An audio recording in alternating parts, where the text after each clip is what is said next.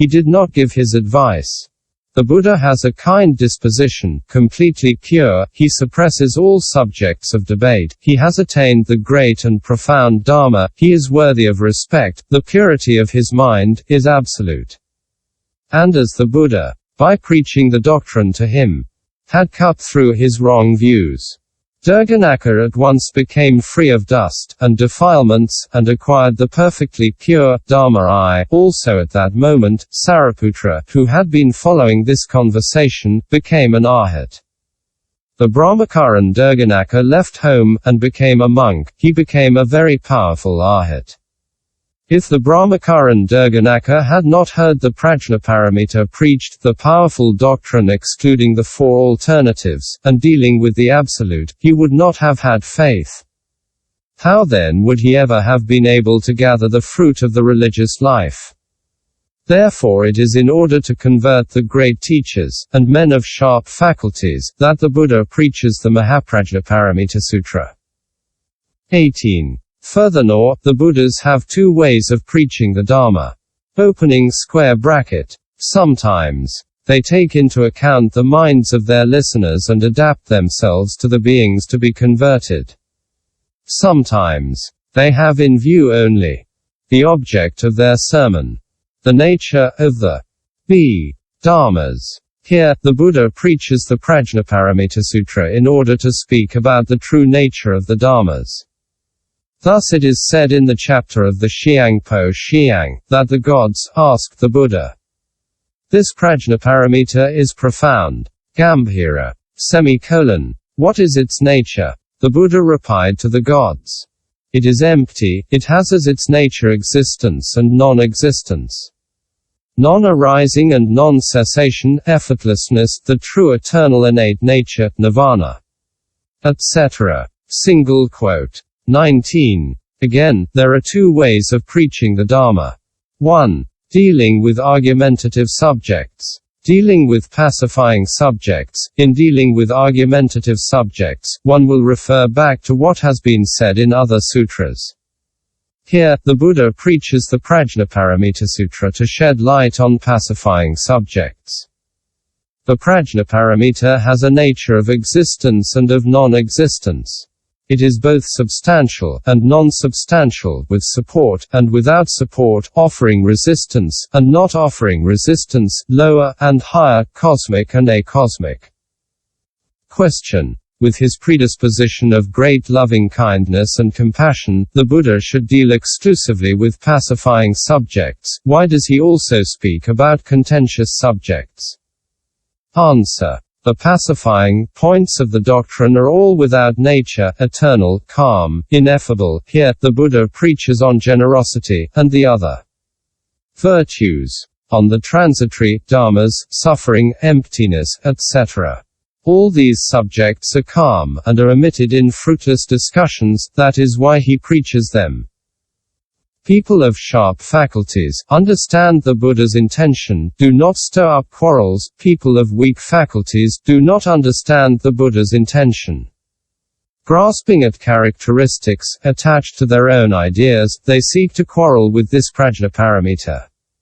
But since these dharmas are absolutely empty, there is no subject to quarrel with there. If absolute emptiness could be grasped, it would not be absolute emptiness. That is why the Mahaprajnaparamitutra is called a pacifying subject, for with its twofold characteristic of existence and non-existence, the Prajnaparamita is peaceful. 20. Furthermore, the dharmas are often arranged in other sutras into three categories: good, bad and non-defined. Here the Buddha wishes to speak about the nature of dharmas which is neither good nor bad nor non-defined. That is why he preaches the Mahaprajnaparamitutra. It is the same for the other categories of three dharmas. 1. Dharmas of the disciples, masters, and those who are neither disciples nor masters. Dharmas to be abandoned by seeing the truths, dharmas to be abandoned by meditation, and the dharma which is not to be abandoned, visible dharmas that offer resistance. visible dharmas that do not offer resistance, invisible dharmas that do not offer resistance, lower, middling and superior dharmas, small, great, immense dharmas, etc. Furthermore, in other sutras it is a question of the 4 applications of mindfulness, conforming to the teachings of the Sravakas.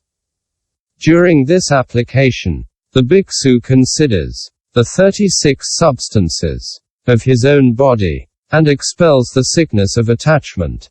Then he considers the body of another in the same way, and finally both his own body and that of another. Here, in relation to the 4 smrtyupasthanas, the Buddha wishes to preach the prajnaparamita by analogy. Thus he said, in considering his own body, the bodhisattva produces no notion of body, does not grasp at the body, for the body does not exist. By considering in the same way the body of another, then both his own body and the body of another, he produces no notion of body, does not grasp at the body, for the body does not exist. In the course of Kayasamatiyapasthana, he considers the body without producing the notion of body. This is very difficult to do. It is the same for the other 3 smrtyupasthanas. Application of mindfulness of sensation, mind and dharmas. It is the same for the 4 correct practices, the 4 foundations of miraculous powers, the 4 jhanas, the 4 truths, and all other groups of 4 dharmas. Furthermore, in other sutras, the Buddha spoke of the transitory nature, the suffering nature, the empty nature and the non-substantial nature of the 5 aggregates. Here he wishes to preach the mahaprajnaparamitasutra in analogy with the 5 skandhas. Thus the Buddha said to Subhuti, the bodhisattva who attributes an eternal function to color is not practicing the prajnaparamita. If he attributes an eternal function to sensation, to perception, to the formations, and to consciousness, he is not practicing the prajnaparamita. If he attributes to color a transitory function, he is not practicing the prajnaparamita. If he attributes a transitory function to sensation, perception, formation and consciousness, he is not practicing the prajnaparamita.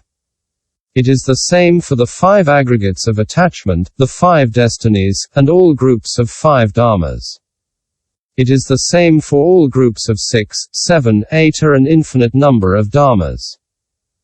Just as the mahaprajnaparamita is infinite, and unlimited, so are the reasons for preaching also infinite and limitless, for such material is vast. Here we have concluded in brief, the reasons for the preaching. End Chapter 1.